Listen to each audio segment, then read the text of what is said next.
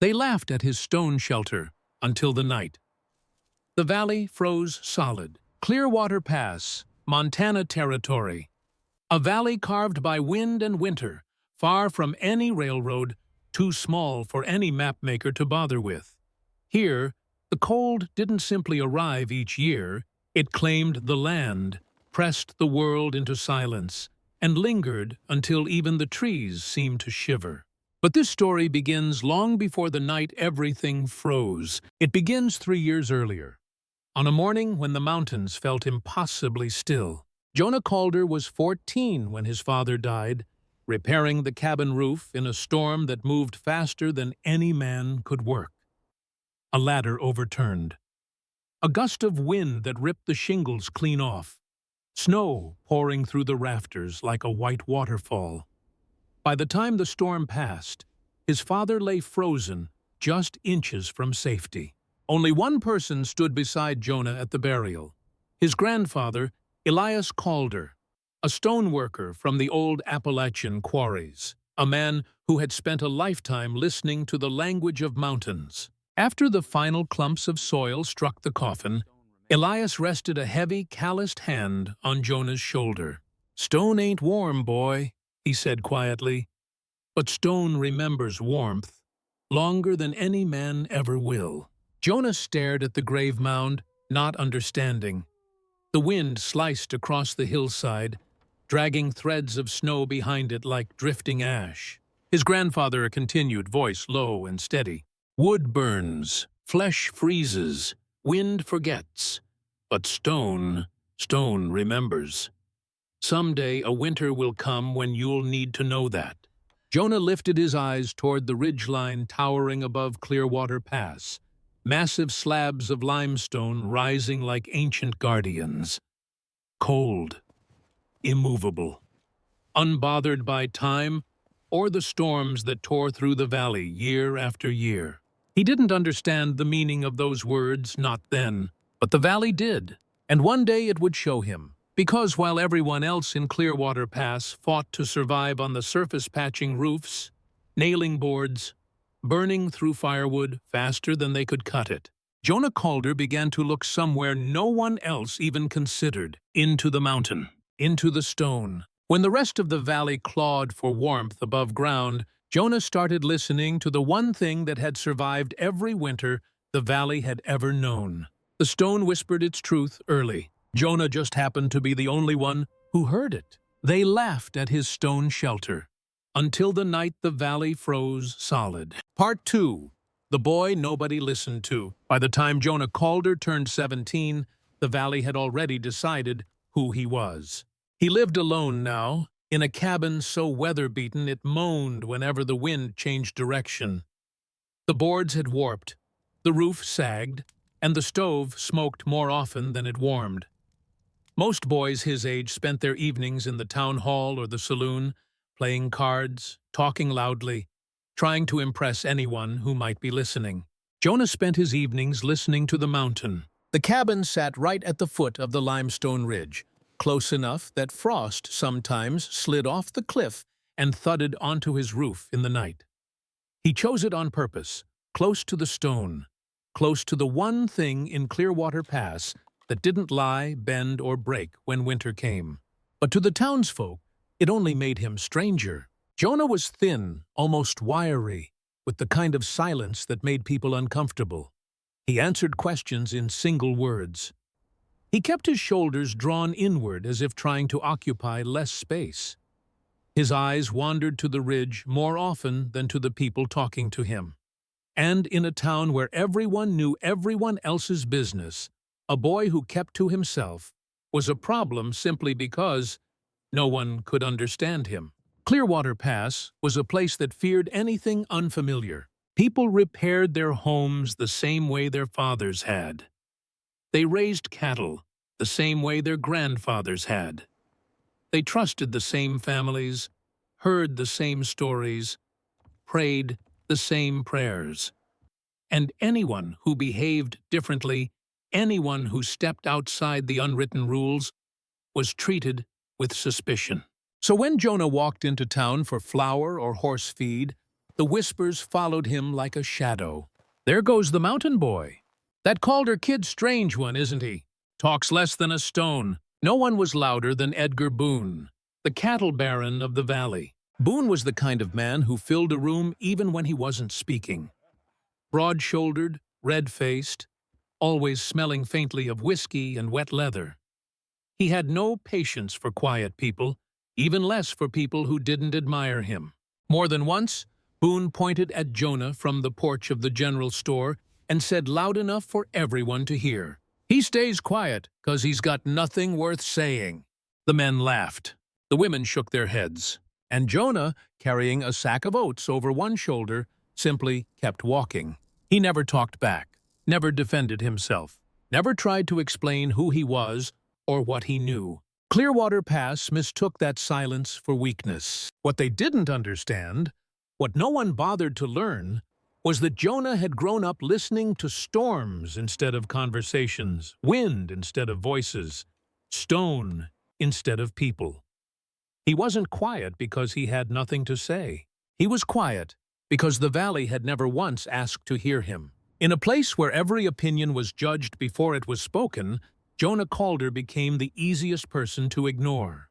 And so, when the signs of the coming winter began to shift, when the birds disappeared early, when the nights cooled too fast, when the wind carried a strange heaviness, no one thought to ask Jonah what he saw, or what he felt, or why he kept lingering by the ridge with a thoughtful, almost troubled look in his eyes. Because in Clearwater Pass there were voices that mattered, and voices that didn't. Jonah Calder's voice had never mattered to anyone. Not yet. But the valley was about to remember him, and soon every life in Clearwater Pass would depend on the boy they never bothered to hear. They laughed at his stone shelter until the night. The valley froze solid. Part 3. The most foolish decision of the winter. By late autumn of 1886, the air in Clearwater Pass carried a warning no one could quite name. The cold arrived earlier than usual. The sunsets grew sharper, thinner, as if the light itself was freezing. Hunters whispered that the elk had moved downslope too soon. The wind felt heavier, older, less forgiving.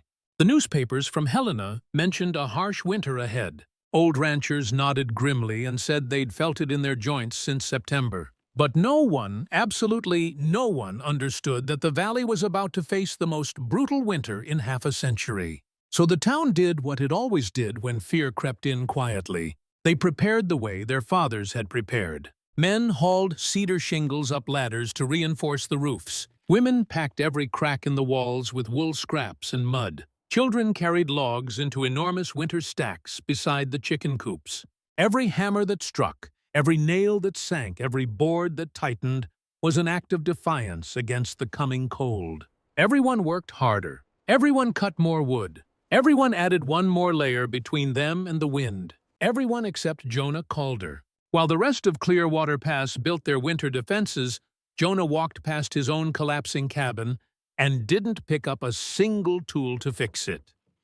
Instead, he began doing something that made no sense to anyone who saw it. He started taking his house apart. One afternoon, Mrs. Weaver spotted him removing an entire plank wall from the back of the cabin, just prying it loose, lowering it to the ground, and carrying it aside as if he wanted the snow to sweep straight through the living room. The next morning, old Mr. Heron watched Jonah strip a section of the roof down to the beams. By the third day, half the house looked like a skeleton with pieces missing. Word spread through the valley faster than any winter storm ever had. Is he tearing the place down? No, he's moving things up the ridge. Moving? In December? Someone said he's carting tools into a cave. A cave? A hunk of rock with an opening up near the limestone line. You're joking. No, they say the Calder boy's planning to live in it. By the end of the week, the rumor had a shape, a voice, and a name. He's going to live in a hole in the mountain. Even the school children whispered it as they passed the general store. But no one said it louder than Edgar Boone. He stepped out of the saloon the moment he heard the gossip, looked toward the ridge, and let out a booming laugh that echoed down the icy street. A stone shelter? Is that what he's building? He roared. People build houses to survive the winter. That boy's crawling into the mountain like a fox hunting for scraps. A few men laughed along with him. Others shook their heads. Some muttered prayers, convinced Jonah was losing his mind. But Jonah didn't stop. He didn't slow. He didn't defend himself. Every day, he carried supplies. Blankets, jars of beans, a small iron stove stripped from the cabin, up the narrow slope toward a shallow limestone alcove halfway up the ridge. Snow crunched under his boots. His breath fogged in the air, and the wind tugged at his coat.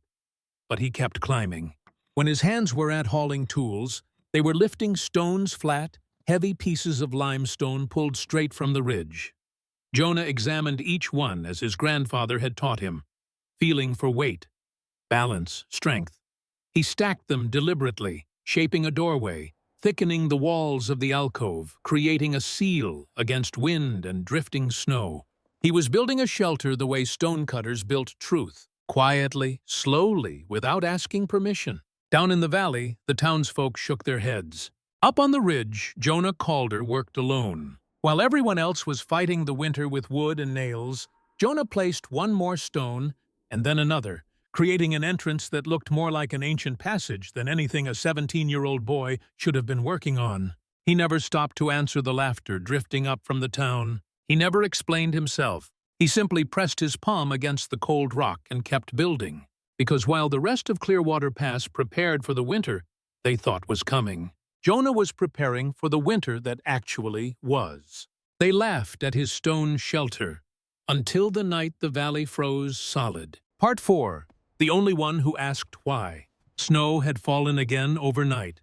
Thin at first, then thicker, until the ridge looked as if someone had brushed it with white chalk. Jonah was halfway up the slope that morning, hauling another flat slab of limestone toward the alcove, when he heard footsteps crunching behind him. Not heavy steps, not a rancher's boots. Lighter, more careful. Mow. As if the person approaching wasn't sure whether they were welcome, he turned just enough to see Eliza Moore climbing the path, brown coat pulled tight, wool scarf tucked to her chin, wind tugging strands of hair loose from her braid. She was 18, about Jonah's age, daughter of Thomas Moore, the stone miner who had spent his whole life carving the mountain open, one block at a time. Eliza didn't stop at the first bend, the place where most of the townsfolk paused just long enough to shake their heads and whisper before turning back. She kept climbing, steady and determined, eyes fixed on the strange structure Jonah was building. When she reached him, she didn't laugh. She didn't joke. She didn't ask the obvious questions the town had been repeating all week. Instead, she walked straight past Jonah and placed her palm on the limestone wall. Her hand lingered there for a moment. She felt the grain, the density, the slow, patient cold of stone. Then she spoke quietly, almost as if speaking to the rock itself. "Stone this cold, how can anyone live inside it?" Jonah rested the slab in his hands and answered without hesitation. "It's cold now," he said, "but it doesn't stay cold. Stone doesn't chase the weather. It doesn't lose warmth the way wood does. It changes slowly, predictably." He moved closer, brushing the ridge surface with the back of his hand. "It's cold, but it never becomes colder than the winter outside. And once heat gets in, body heat, stove heat, it holds on to it, longer than the air, longer than the walls of a cabin. Stone doesn't betray you when the wind turns." Eliza looked up at him, not doubtful, not mocking, just thinking. "You sound like my father," she said. "He used to tell me limestone breathes, not fast enough to feel, but slow, like the mountain is remembering every season it's lived through."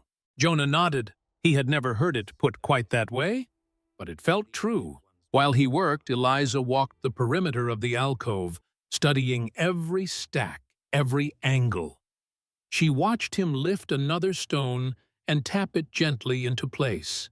No mortar between the layers, only the careful balancing act his grandfather had taught him. Dry stacking, they called it. The old Appalachian way. "It won't fall?" she asked. "It won't," Jonah said, lowering his weight to test the structure. Dry stone settles into itself. The more pressure Winter puts on it, the tighter it holds. He moved to a bucket near the entrance, scooping out a mixture of clay and fine ash. This is only for the gaps on the outer edge, he explained. Keeps the wind from slipping through. The stone does the real work. Eliza crouched beside him, watching as he pressed the mixture into a narrow crack, smoothing it carefully with his thumb. "And the door?" she asked. "Facing away from the wind," Jonah said. The northerlies hit the front of the mountain. This alcove sits in the lee, less drift, less pressure, less heat lost. She followed him inside. The shelter was still small, only a half-shaped room carved into the stone and earth, but Jonah had already created a shallow pit in the center, a lowered recess, where the floor dipped by a foot or more. She pointed at it. "What's that for?" "A resting hollow," Jonah said. "Warm air rises, but if a storm blocks the entrance or steals too much heat, this pit will hold what's left. Warmth gathers in low places." Eliza stood there for a long moment, looking from the pit to the walls, then back to the doorway shaping under Jonah's hands. Finally she exhaled, slow and thoughtful. "This isn't a cabin," she said. "This isn't even a shelter." She placed her hand on the stone once more. "This is a machine for staying alive." Jonah didn't smile. He didn't nod. He simply returned to his work, fitting another stone into place. But something shifted that morning, not in the mountain, and not in the weather, in the story. Because Eliza Moore, daughter of a man who carved stone for a living, became the first person in Clearwater Pass to stop laughing and start believing. They laughed at his stone shelter until the night the valley froze solid. Part 5. When the warnings began. Winter crept into Clearwater Pass like a hunter, silent, patient, watching from the distant peaks before making its first move. It began with the wind. For as long as anyone could remember, the winter winds came from the north, rolling straight down the valley like a river of ice. But one morning, Jonah stepped out of the stone alcove and felt the wind pushing from the east, a direction it almost never came from. It wasn't strong, but it was wrong. A strange, sharp wrongness that settled beneath the skin. By afternoon, the temperature dropped faster than the sun. The air thinned. Shadows stretched too quickly across the ground. The sky was clear crystal blue, absolutely still, yet the cold struck like a blow, harsher than any cloudy day. It was the sort of cold that didn't make sense, the kind that seemed to fall from above rather than sweep in on the breeze.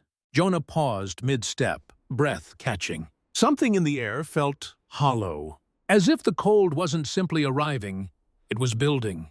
He'd felt this once before. The night his father died. He made his way into town immediately. People were working outside, tying down shutters, covering hay, dragging firewood across icy ground.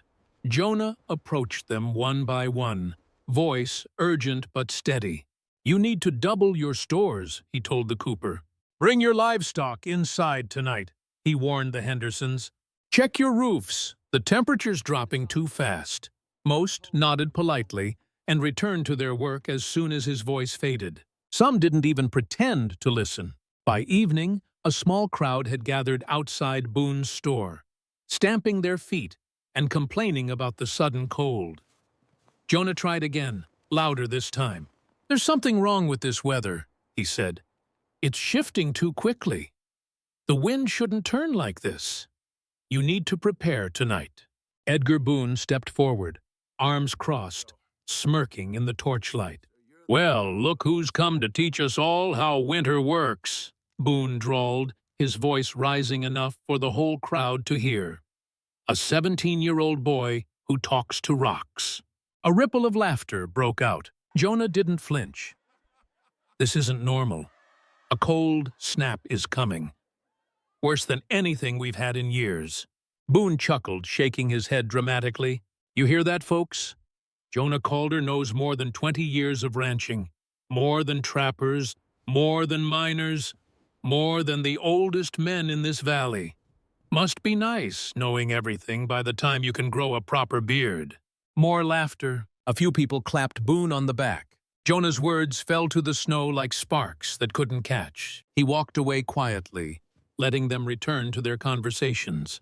There was no point shouting at stone walls, human or otherwise. But something else was wrong that night. Ash, Jonah's old gray horse, gentle, stubborn, slow-moving, refused to go into the stable. When Jonah tugged the rope, the horse planted its hooves and wouldn't budge. Its ears flicked uneasily. Its breath fogged in deep, quick bursts. Instead of facing the barn, Ash kept turning toward the limestone ridge, toward the shelter Jonah had been building. "Ash," Jonah murmured, touching the horse's warm neck. "What are you feeling?" The horse gave a low, anxious sound and stepped closer to the mountain. Jonah swallowed hard. Animals knew always before humans, before weather vanes, before warnings, before disaster. The wind shifted again, colder. The air tasted metallic. The sky stayed clear, but the valley felt like it was holding its breath. Jonah placed a hand on Ash's shoulder, looking up at the ridge. Whatever was coming, the mountain felt it too. They laughed at his stone shelter, until the night the valley froze solid. Part 6. The night the fire died. The cold snap didn't arrive like a storm. It arrived like a verdict. Just after sundown, the wind began to scream long, unbroken, furious. Not the usual winter howl, but a deeper sound, a tearing sound, as if the valley itself were being pulled apart. Snow lifted off the ground and spun sideways, not falling, but flying in jagged sheets that cut across the darkness. Within an hour, the temperature plunged to -45 degrees Fahrenheit. The kind of cold that didn't simply sting, it crushed. Jonah felt it even inside the stone alcove. The air thinned, the world tightened. His breath came out in clouds so thick they drifted along the ground before fading. He had already moved Ash inside. The old horse stood near the back of the shelter, trembling, not in fear, but in instinctive recognition that nothing outside could be survived. Jonah spread blankets over the animal's back and whispered calming words, though his own hands were shaking. Then the valley began to break. Down below, barely visible through the swirling white, Jonah saw the first roof collapse. A sharp crack, a spray of snow, and a plume of smoke ripped sideways by the wind.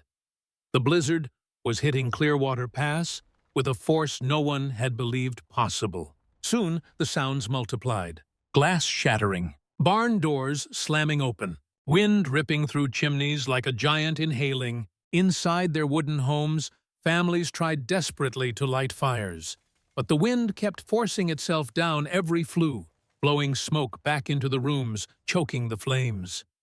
Embers hissed and died. Fire, humanity's oldest ally, was useless. Stoves sputtered. Kettles froze where they sat. Chimneys coughed black clouds into living rooms, pushing families into corners, eyes burning, lungs aching. Then came the breaking point. The windows. A single gunshot-like crack echoed through the valley as the first pane gave way under the pressure. Then another, and another. Glass exploded inward, not shattered by objects, but by the sheer violence of the temperature drop. Homes that had been warm hours earlier became funnels of ice. Heat didn't just escape. It was pulled out, sucked away as if by an invisible hand. Inside those cabins, even wrapped in blankets, people felt their body heat vanish. Their fingers numbed first, then their feet, then their thoughts. The wooden walls, once their protection, became instruments of heat loss, radiating cold from every surface. Cabin floors, chilled from underneath, sent freezing waves straight into the bones of anyone who stood on them. It was the kind of cold no one in Clearwater Pass had ever known. The kind that didn't knock on doors, it tore them open. And above the chaos, hidden by the ridge, Jonah Calder heard all of it.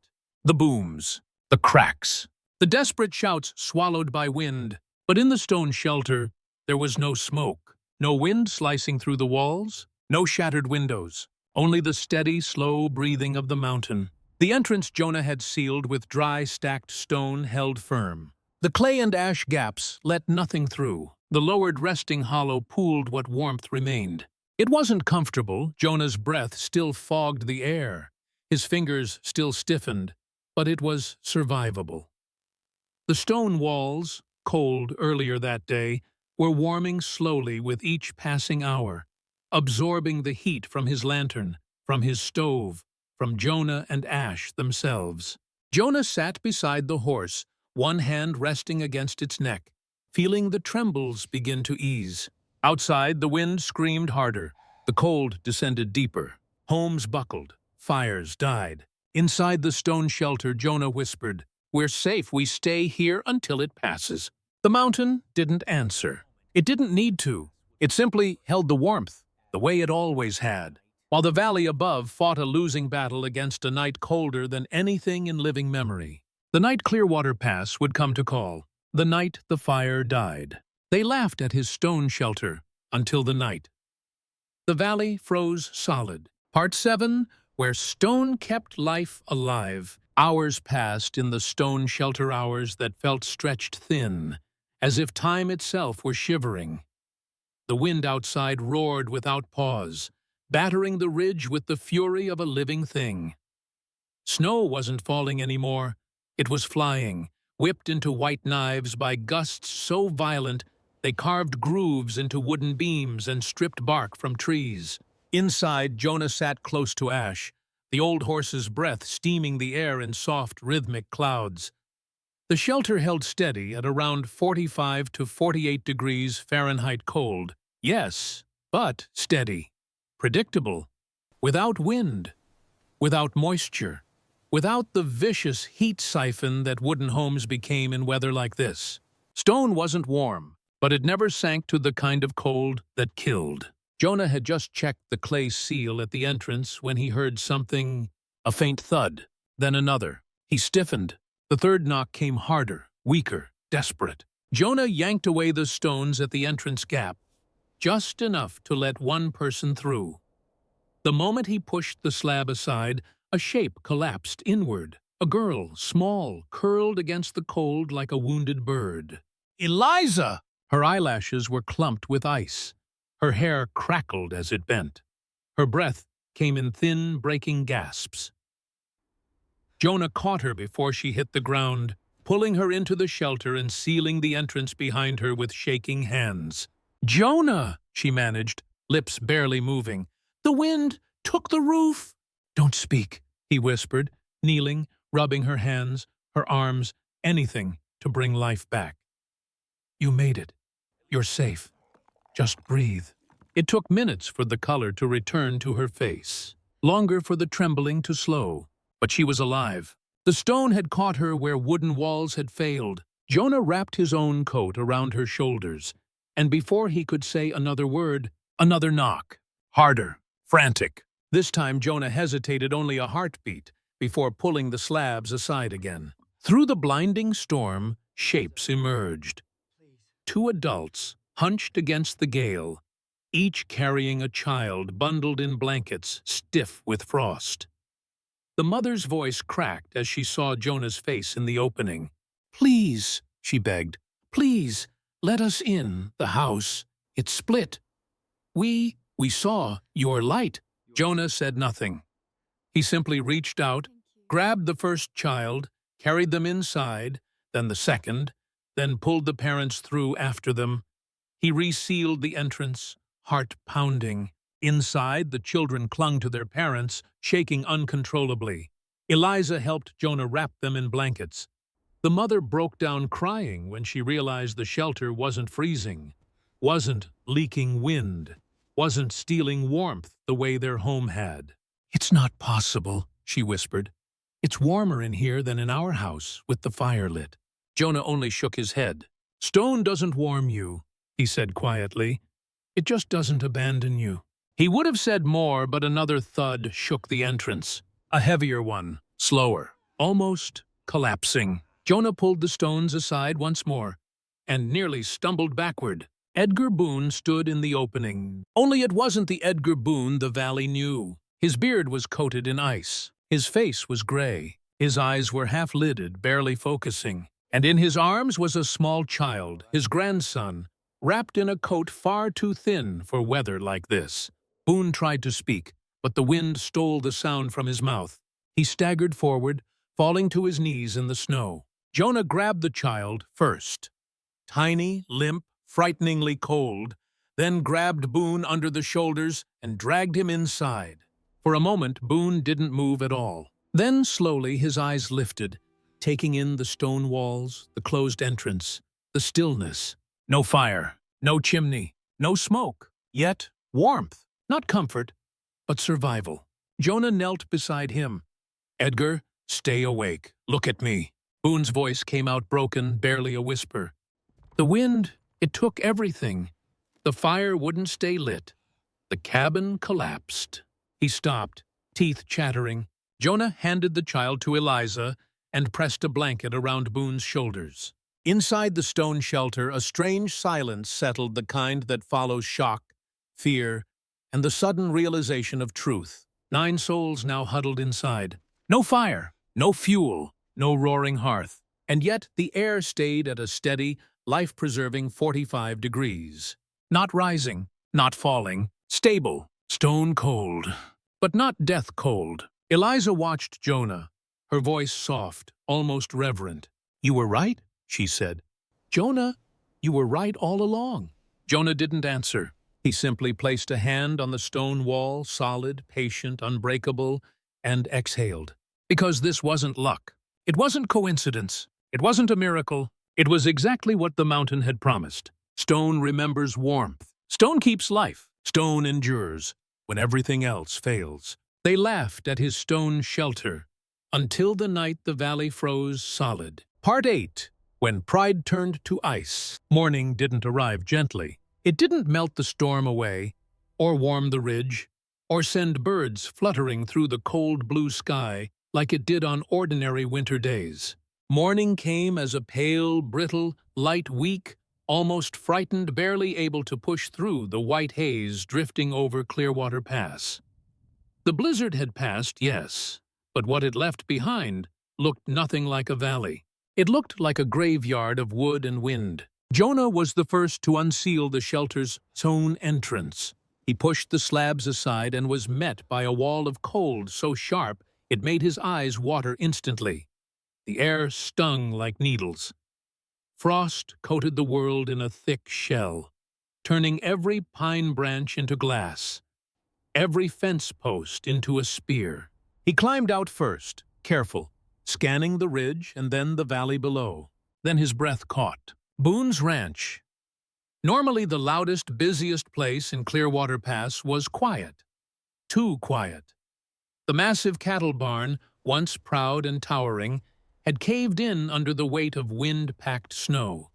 Half the roof lay collapsed like a broken rib cage. Even from the ridge, Jonah could see the shapes trapped beneath the drift.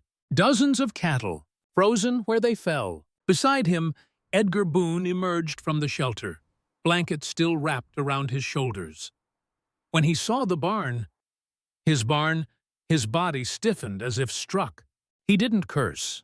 He didn't shout. He didn't blame the storm. He just stared. A man watching an entire winter's livelihood turn to ice overnight. Below, the other cabins had fared no better. Some roofs had buckled inward, beams splintered like matchsticks, windows blown out, walls split with long, ugly cracks where the cold had forced the boards apart. Smoke rose from only a handful of chimneys, and even those were thin, struggling threads. Jonah knew what that meant. Some families hadn't survived the night. Behind them, Eliza climbed out of the entrance, holding the Boone grandchild wrapped in Jonah's coat. The child's eyes were open now, weak but alive.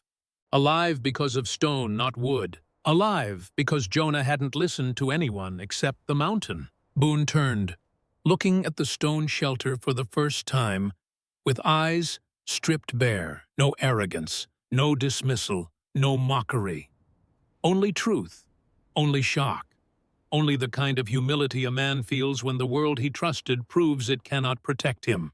The others climbed out in silence. No one spoke. No one needed to. The contrast said everything. Wooden homes had become ice boxes. Stone had become refuge. Finally, Edgar Boone swallowed hard and walked toward Jonah. He didn't apologize. Pride still clung to him like frost, but his voice was lower than Jonah had ever heard it. "How—" Boone began, the words scraping out of him. He paused, trying again. "How do you start something like this?" Jonah studied him carefully. Edgar Boone, the richest man in the valley, the loudest voice, the one who mocked him in front of the whole town, was looking at him like a student looks at a teacher, asking not out of courtesy, but out of need, out of survival. Boone's eyes drifted to the stone walls built by a 17-year-old boy everyone had dismissed. "What do I do first?" he asked quietly. Jonah looked over the valley houses cracked open, smoke struggling to rise, families emerging into a morning colder than any memory. His answer was simple.